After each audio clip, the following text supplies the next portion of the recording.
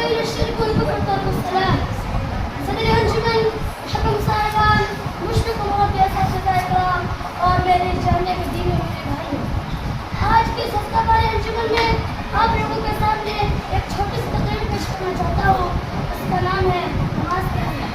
اسلامی بھائیوں، اگر کوئی آپ سے سوال کرے وہ کون سی چیز ہے جو سرور کونین صلی اللہ علیہ وسلم کی آنکھوں کی ٹھنڈک ہے، وہ کون سی چیز ہے جو مصیبت اور پریشانی کو ایک مومن کے دل کو سکون پہنچاتی ہے، وہ کون سی چیز ہے اسلام کی بنیاد 5 ارکان میں توحید کی باتوں سے اہم رکن ہے. آپ حجاب دیں گے وہ چیز نماز ہے.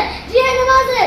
جس کا ذکر قرآن مجید میں 70 سے زیادہ مقامات پر آیا ہے. یہ نماز ہے جو مومن کی معراج ہے. یہ نماز ہے جو مسلمان اور کافر کے درمیان حد فاصل ہے. یہ نماز ہے جس کو جان بوجھ کر ترک کرنے والا حدیث کی روشنی میں کفر کا ارتکاب کرتا ہے. یہ نماز ہے جس کے بارے میں قرآن کہتا ہے وَاسْتَعِينُوا بِالصَّبْرِ وَالصَّلَاةِ وَإِنَّهَا لَكَبِيرَةٌ إِلَّا عَلَى الْخَاشِعِينَ.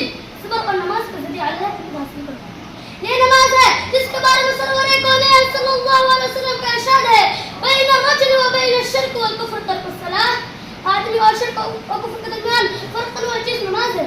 یہ نماز ہے جس کے بارے میں اما عائشہ رضی اللہ عنہا فرماتی ہے اذا حسب امر صلاح، یاد رسول اللہ صلی اللہ علیہ وسلم کو جب بھی کوئی پریشانی لاحق ہوتی ہے آپ نماز سے مشغول ہو جاتے ہیں. اسلامی بھائیوں، قیامت میں سب سے پہلے نماز کے بارے میں سوال ہوگا. اس دن کسی کا کوئی نہ ہوگا.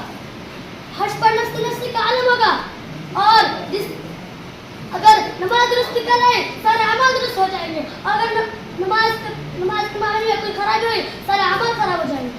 نماز درست ہے سارے اعمال قبول ہوگا. حج بھی قبول ہوگا، زکات بھی قبول ہوگی، روزہ بھی قبول ہوگا. اور اگر نماز کے بارے میں کچھ ہو گیا تو سب اعمال بیکار ہو جائیں گے.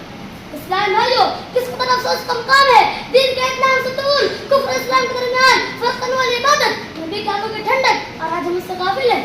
اپنے آپ کو مسلمان کہنے کے باوجود نماز سے دور ہے. جبکہ رسول اکرم صلی اللہ علیہ وسلم کے زمانے میں منافقین کو نماز پڑھنے کی دی تھی. حالانکہ منافقین کا انجام قرآن مجید میں کافر سے بدتر بتایا گیا ہے. مگر منافقین کے بارے میں قرآن کہتا ہے وَإِذَا قَامُوا إِلَى الصَّلَاةِ قَامُوا كُسَالَىٰ. جب وہ نماز کے لیے اٹھتے سستے اور کاہلے کے ساتھ اٹھتے. اگر وہ نماز پڑھتے گویا کہ ہماری حالت ان منافقوں سے بدتر ہے. ہماری حالت یہ ہے اذان ہوتی رہتی ہے، ہم میوزک میں، ٹی وی میں، کھیل کود میں اور کام کاج میں مشغول رہتے ہیں. کسی شاعر نے سچ کہا تھا یہ ایک سجدہ جسے تو گرہ سمجھتا ہے، یہ ایک سجدہ جسے تو گناہ سمجھتا ہے، 1000 سجدوں سے دیتا آدمی کو نجات. اسلام بھائیوں، قرآن مجید میں ایک جگہ اللہ تعالیٰ نے فرمایا ہے جب جہنم میں سے پوچھا جائے گا ما سلککم فی سقر تو وہ کس جرم کے بدست جہنم کی سزا نہیں. تو اپنا پہلا جرم یہ بتائیں گے لم نکن من المصلین، ہم نماز نہیں پڑھتے تھے. اسلام بھائیوں، اللہ کے واسطے نماز کی پابندی کیجیے. آپ کو معلوم ہونا چاہیے محمد صلی اللہ علیہ وسلم نے فرمایا جب تمہارے بچے 7 سال کا ہو جائے تو نماز پڑھنے کا حکم دو، اور جب 10 سال کا ہو جائے نماز نہ پڑھے تو ان کو مارو. غور کیجیے میرے بھائیوں، 10 سال کے بچے کو نماز نہ پڑھنے پر مارنے کا حکم دیا جا رہا ہے، حالانکہ ابھی نابالغ ہے، کسی چیز کا شرعی مکلف نہیں ہے. ایسے میں تمہیں ختم کرتا ہوں. اللہ تعالیٰ حکمہ مسلمان والے کو 5 وقت نماز پڑھنے کو توفیق عطا فرمائے. آمین. وآخر دعوانا الحمدللہ رب العالمین.